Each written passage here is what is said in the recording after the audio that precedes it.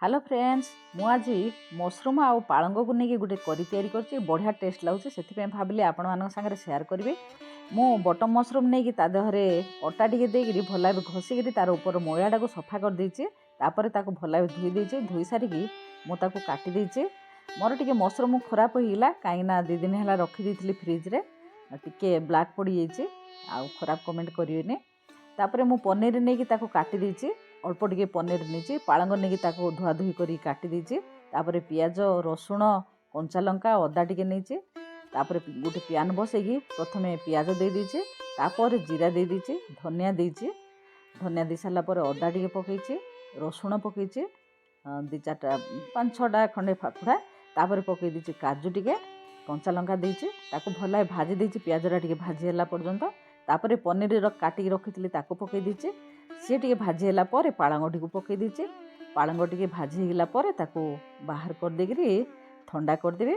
देखो होगलानी भजा बाहर करदेबा, बाहर कर देकी ठंडा करके ताको ग्राइंडिंग करदेबा। किंतु मोर करेंट पळेगला बाटला बेलू से मु शिଳରେ ताको बाटिकी चिकन कर दीजिए। ग्राइंडर रे ही बाटी थांती किंतु करेंट पळेया लगी मु शिଳରେ बाटीदेली। तापर प्यान गोटे बसैकिरी ता देहरे देदेली तेल टिके देकी ता देहरे पकईदेली टिके जीरा, तापर पकईदेली काटिकी रखिथिबा रसुण।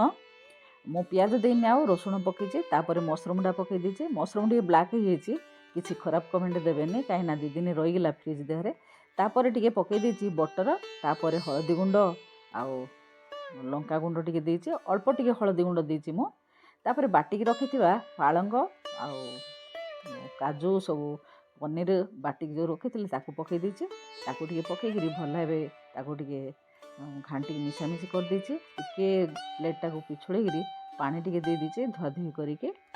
धुआधुई करी पानी दे सारा पर ता देहरे पकईदेली लुण पकई सारिकी आउ टिके देछि मु चीज टिके पकई देछि।